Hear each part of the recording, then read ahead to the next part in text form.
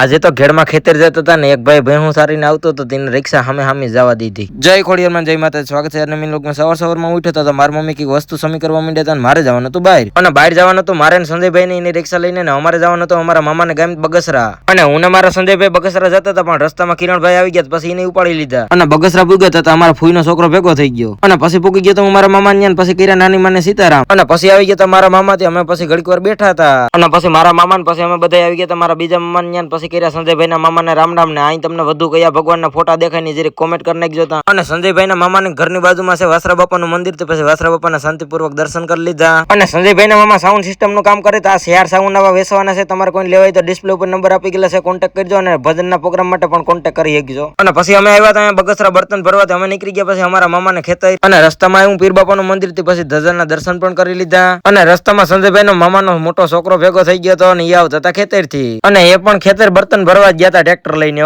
અને પછી અમે પૂકી ગયા હતા ખેતર ને અમે રિક્ષા ભરી લીધી હતી બર્તન ની. અને પછી સંજયભાઈ રસ પી રહ્યો હતો રસ્તામાં ઉભા રહી ગયા હતા રસ પીવા માટે. અને પછી પૂકી ગયા હતા ઘેરે ને પછી સંજયભાઈ ના મહેમાન આવ્યા હતા બર્તન ઉતર્યા વગર ના બેસી ગયા હતા અમે જમવા. અને થોડુંક વધુ ખવાઈ ગયું તો ઘડીક વાર આરામ કરી લીધો હતો અને ઉઠીને પીવું તો મારે ઠંડુ પાણી આવી ગયું તો મારા કાકા ને લઈ લીધી ઠંડા પાણીની બોટલ. અને રાતળા કુતરા બહુ ગરમી થતી નાખી દીધું પાણી ડબલું. અને અમે ભેગા હતા ઘેરમાં બર્તન ભરવાના હતા. મારા બાપા ને સંજયભાઈ ચા પીવો તો ત્યાં વડવાડામાં ઉભા રહી ગયા. અને અમે જતા હતા અમારા ખેતર ઘેરમાં બર્તન ભરવાના. રસ્તામાં અમારા ગામનો એક ભાઈ ભેહું લઈને આવતો હતો એ વૈસે વૈસે ચાલો આવતો હતો. સંજયભાઈ કે સાઈડમાં હટી જઈએ ને માથે ચડાઈ દઈ પછી સાઈડમાં તો અટવું જ પડે ને કેમ કે જીવકી ને વાળવાનું. અને પૂગી ગયા અમારે ખેતર ને રિક્ષામાં લાકડા ભરવાનું ચાલુ કરી દીધું હતું. વિરાટ કોહલી નો ફ્રેન્ડ આવી ગયો હતો મારા નીતિનભાઈ નાકરેથી આવી ગયા હતા એને કામ કરવા વરગાડી દીધા. રિક્ષામાં લાકડા ભરીને રિક્ષા હાલતી થઈ ગઈ હતી. કિરણભાઈ ને મારા બાપાને જવા દીધા હતા ગાડીમાં. પછી હું ને નીતિનભાઈ થઈ ગયા હતા હાલીને હાલતા. અને રસ્તો ઠાવકો આવી ગયો પછી નીતિનભાઈ ને ગાડીમાં બેહાડી દીધા હતા. હું રિક્ષા ઉપર મોરલો થઈને બેસી ગયો હતો ડિપ્રેશન. અને અમે ઘેર ભૂગ્યા હતા મારા ભાઈ નાકરેથી નીતિનભાઈ ને મા દીકરા આવ્યા હતા પછી એને સીતારામ લઈ લીધા. અને આજે મારા ગોવિંદ કાકા નું બર્તન હારવા વારો સડી ગયો હતો. મારા ભાઈ ને નીકળું નાકરા ને અમે કિરણભાઈ ને બે જઈએ પાછા બર્તન ની રિક્ષા ભરવા. બર્તન હારવાનું કામ પૂરું થઈ ગયું હતું. મારા મમ્મી ને મારા પપ્પા બર્તન ગોઠવતા હતા. હું દુકાને આવ્યો હતો બે સાહિલ કુરકુરિયા ખાતા હતા ને હું શિવમ બાપુ નીકળી ગયા પછી વિડીયો શૂટિંગ કરવા. વિડીયો શૂટિંગ કરીને આવ્યો હતો દુકાન બેહવાનો વારો સડી ગયો હતો